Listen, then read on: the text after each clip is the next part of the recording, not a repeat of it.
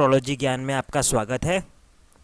दोस्तों, मुझे बहुत लोगों ने फ़ोन कॉल्स किए, मैसेज किए कि मैं मांगलिक योग के बारे में बताऊं।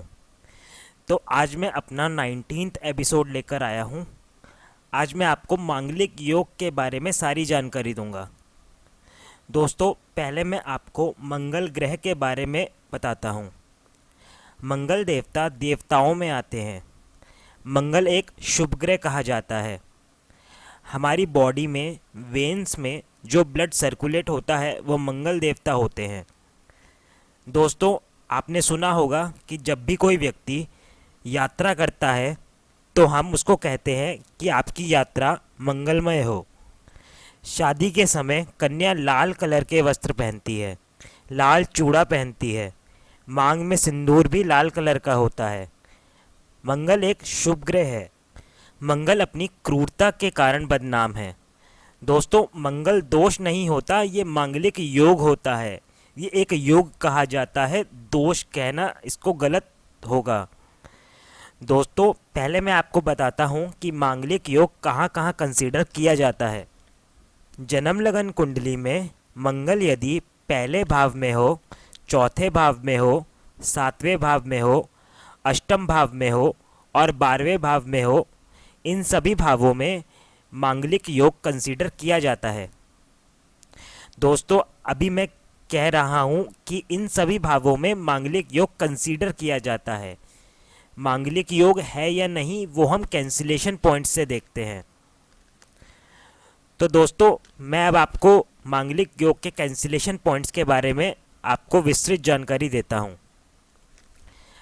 पहला कैंसिलेशन पॉइंट है, यदि मंगल जन्म लगन कुंडली में योग कारक होकर बैठा हो तो मांगलिक योग भंग माना जाता है। क्योंकि योग कारक की डेफिनेशन होती है जहाँ बैठना, जहाँ देखना और जहाँ जाना, उस घर के रिगार्डिंग पॉजिटिव रिजल्ट्स देना। मंगल बाध्य हो गया है अच्छा रिजल्ट देने के लिए। दूसरा कैंसिलेशन पॉइंट है, यदि मंगल जन्म लगन कुंडली में 0 डिग्री का पड़ा हो तो भी मांगलिक योग भंग माना जाता है, क्योंकि मंगल किसी भाव में एंटर ही नहीं हुआ है। तीसरा कैंसिलेशन पॉइंट है, यदि मंगल जन्म लगन कुंडली में 28 और 29 डिग्री में बैठा हो तो भी मांगलिक योग भंग माना जाता है, क्योंकि मंगल मृत अवस्था में आ गया है और मंगल बलहीन हो गया है, तो वो कोई भी बुरा फल नहीं देगा। चौथा कैंसिलेशन पॉइंट है, यदि मंगल जन्म लगन कुंडली में चंद्रमा के साथ बैठा हो तो भी मांगलिक योग भंग हो जाता है, क्योंकि चंद्रमा जल है और मंगल आग। तो जल से आग को बुझना सृष्टि का नियम है। तो चंद्रमा के साथ पड़ा हुआ मंगल मांगलिक योग के कंसीडरेशन में नहीं आता, ये भंग माना जाता है। पांचवा कैंसिलेशन पॉइंट है, यदि मंगल पे बृहस्पति देवता कहीं से भी दृष्टि डाल दे तो भी मांगलिक योग भंग हो जाता है, क्योंकि बृहस्पति देवता देवगुरु हैं।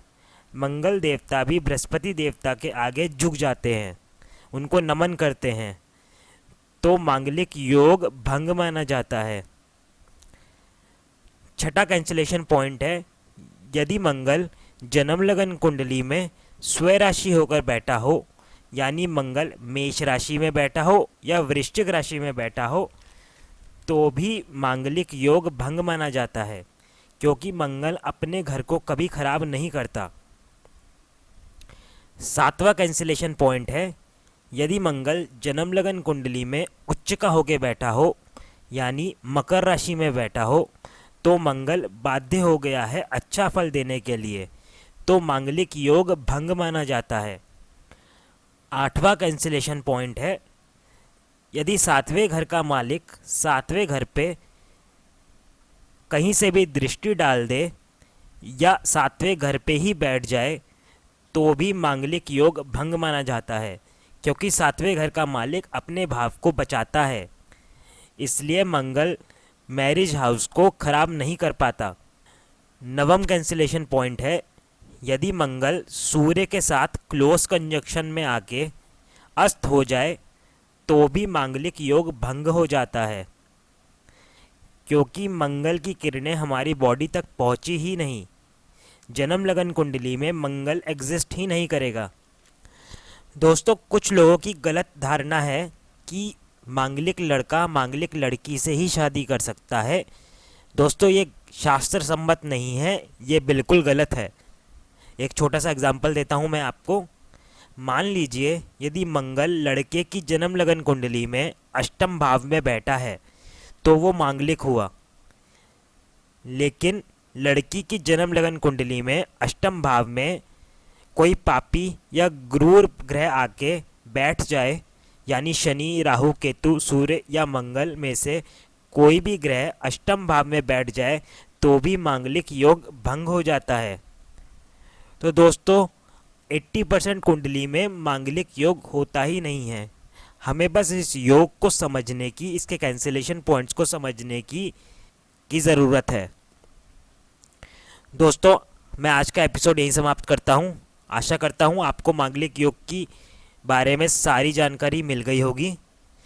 अगर आपको मेरा चैनल अच्छा लगा हो तो सब्सक्राइब करें मेरे चैनल को, जिसका नाम है वैदिक एस्ट्रोलॉजी ज्ञान, और बेल आइकन को प्रेस करें मेरी लेटेस्ट वीडियोस के लिए। अगले एपिसोड में मैं आपको सारी जन्म लगन कुंडली में मांगलिक योग कहाँ कहाँ होता है इसकी जानकारी दूंगा। धन्यवाद दोस्तों।